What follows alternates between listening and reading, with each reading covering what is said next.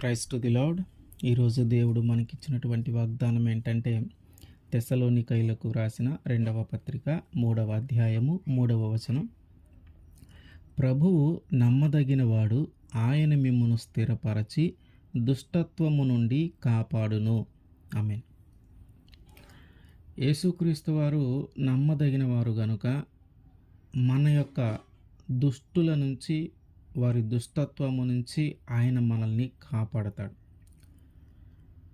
ఏమిటి ఈ దుష్టత్వము అంటే, ఎవరు ఈ దుష్టులు అంటే, ఎవరైతే మనల్ని ఇబ్బంది పెట్టాలని చూస్తూ ఉన్నారో, ఎవరైతే మనల్ని హింసించాలని చూస్తూ ఉన్నారో, ఎవరైతే మనకి అన్యాయం చేయాలని చూస్తూ ఉన్నారో, ఎవరైతే మనల్ని మోసం చేయాలని చూస్తూ ఉన్నారో, ఎవరైతే మన మీదకి లేవాలని, మన మీదకి యుద్ధం చేయాలని చూస్తూ ఉన్నారో, ఈ దుష్టుని యొక్క ప్రవర్తన అంతటి నుండి, ఈ దుష్టుని యొక్క ఆలోచనలన్నిటి నుంచి, ఈ దుష్టుని యొక్క పన్నాగాలన్నిటి నుంచి ఆయన మనల్ని కాపాడుతాడు.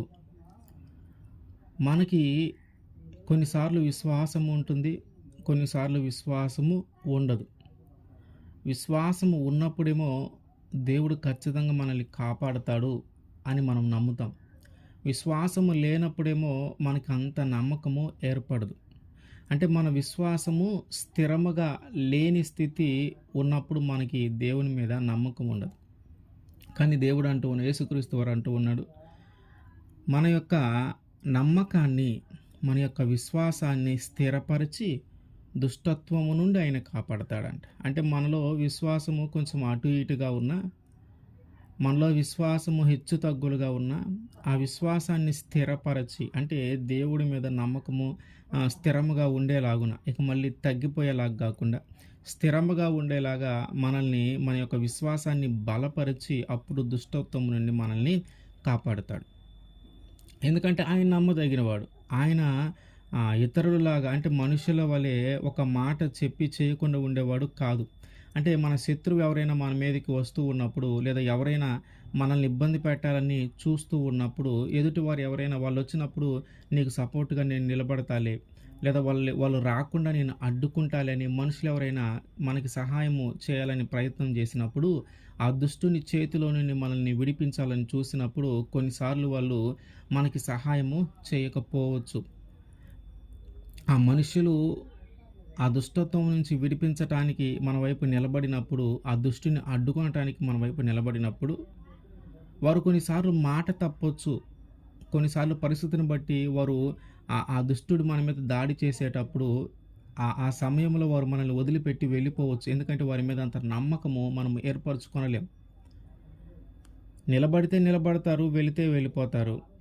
సహాయం చేయగలిగితే చేస్తారు, లేదంటే లేదు. ఆ దుష్టుడి నుంచి కాపాడగలిగితే కాపాడతారు, లేకపోతే లేదు. కానీ యేసుక్రీస్తు వారు విషయంలో అట్లా ఉండదు. ఎందుకంటే ఆయన నమ్మదగినవాడు. ఆయన ఒక మాట చెప్పాడంటే అది చేస్తాడు. దుష్టుడి నుంచి కాపాడుతానంటే కాపాడతాడు. దుర్నీతి నుండి కాపాడుతానంటే కాపాడతాడు. నీ యొక్క శత్రువుల నుంచి కాపాడతాను అంటే కాపాడతాడు. నిన్ను ఇబ్బంది పెట్టాలని చూసేవారి నుంచి కాపాడుతానంటే కాపాడుతాడు. నిన్ను మోసం చేసేవారి నుంచి కాపాడుతానంటే కాపాడుతాడు. ఇందులో ఎలాంటి మార్పు ఉండదు. అంటే నమ్మకము, అపనమ్మకము ఇట్లా రెండుండవు. ఒకటే ఉంటుంది, నమ్మకం. ఆయన నమ్మదగిన వాడు కనుక ఆయన చెప్పిన మాటలలో అన్నీ నెరవేర్చబడతాయి. ఏది ఆగిపోదు, అన్నీ జరుగుతాయి. కాబట్టి అంత నమ్మకమైన వ్యక్తి మనతో మాట్లాడుతూ ఉన్నటువంటి మాట ఏంటంటే, నేను నీ విశ్వాసాన్ని స్థిరపరుస్తాను, నీకు నా మీద ఉన్న నమ్మకాన్ని బలపరుస్తాను, ఆ నమ్మకాన్ని స్థిరపరిచి నీకు కలగబోయే ఆ దుష్టత్వము నుంచి నేను నిన్ను కాపాడుతాను అని. సౌలు దావీదును చంపాలని ఎన్నో ప్రయత్నాలు చేస్తూ ఉన్నాడు. అంటే దుష్టత్వముతో నిండినటువంటి ఆ సౌలు, దుర్నీతితో నిండినటువంటి ఆ సౌలు దావీదుని ఎట్లా ఒకట్లాగా చంపాలి, లేకుండా చేయాలి, ఇబ్బంది పెట్టాలి, హింసించాలి, అసలు ఈ రాజ్యంలోనికి రాకుండా చేయాలి అని ఎన్నో ప్రయత్నాలు చేస్తూ ఉన్నాడు.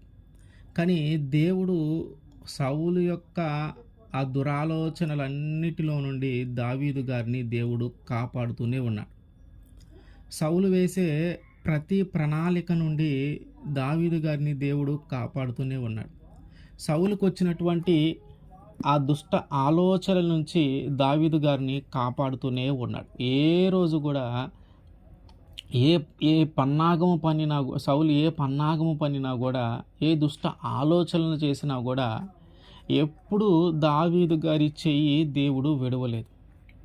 ప్రతి ప్రతి విషయంలో కూడా సౌలు చేతికి చిక్కకుండా, సౌలు దావీదు గారిని హింసించకుండా, సౌలు దావీదు గారిని కొట్టకుండా, సౌలు దావీదు గారి మీద యుద్ధము చేయకుండా, సౌలు దావీదు గారి మీద జయించకుండా, సౌలు దావీదు గారి ప్రాణము తీయకుండా, ఆ దుర్నీతి అంతటి నుంచి, ఆ దుష్ట ఆలోచనలన్నిటి నుంచి దావీదు గారిని దేవుడు కాపాడుతూనే ఉన్నాడు. ఎందుకంటే ఆయన నమ్మదగినవాడు.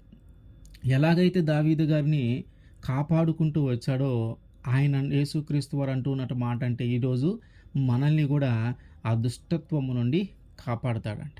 దావీదు గారికి ఎట్లాగైతే కాపుదలను ఇచ్చాడో, అట్లాగే ఈరోజు మనకి కూడా ఆయన కాపుదల ఇవ్వబోతూ ఉన్నాడు. ఆయన్ని ఇబ్బంది పెట్టేవారిని, ఆయన్ని హింసించేవారిని, ఆయన శత్రువులను, ఆయనని చంపాలనుకునే వారి చేతిలో నుంచి దావీదు గారిని ఎలాగైతే విడిపించాడో, ఇదిగో ఈరోజు ఆయన మనల్ని కూడా అలాగ విడిపించబోతూ ఉన్నాడు. అంటే మనల్ని ఇబ్బంది పెట్టేవారిని కానీ, మనల్ని ఇబ్బంది పెట్టేవారి చేతిలో నుండి కానీ, మనల్ని హింసించాలనుకునే చేతిలో నుండి కానీ, మనకు అన్యాయం చేయాలని అనుకునే వారి చేతిలో నుండి కానీ, మనల్ని మోసం చేయాలనుకునే చేతిలో నుండి కానీ, అసలు మనల్ని చంపేయాలి, వీళ్ళు లేకుండా చేయాలి అనే చేతుల్లో నుండి కానీ ఆయన మనల్ని కాపాడబోతూ ఉన్నాడు, విడిపించబోతూ ఉన్నాడు. కనుక మన యొక్క విశ్వాసము కూడా ఆయనే స్థిరపరుస్తాడంట. మనకు అప్పుడప్పుడు నమ్మకం కోల్పోతాం. ఏదంటే కొంచెం పెద్దది ఏదైనా జరిగినప్పుడు నమ్మకాన్ని కోల్పోతాం. లేదంటే జరగాల్సింది ఏదైనా ఆలస్యం అవుతూ ఉన్నప్పుడు మనం నమ్మకాన్ని కోల్పోతాం.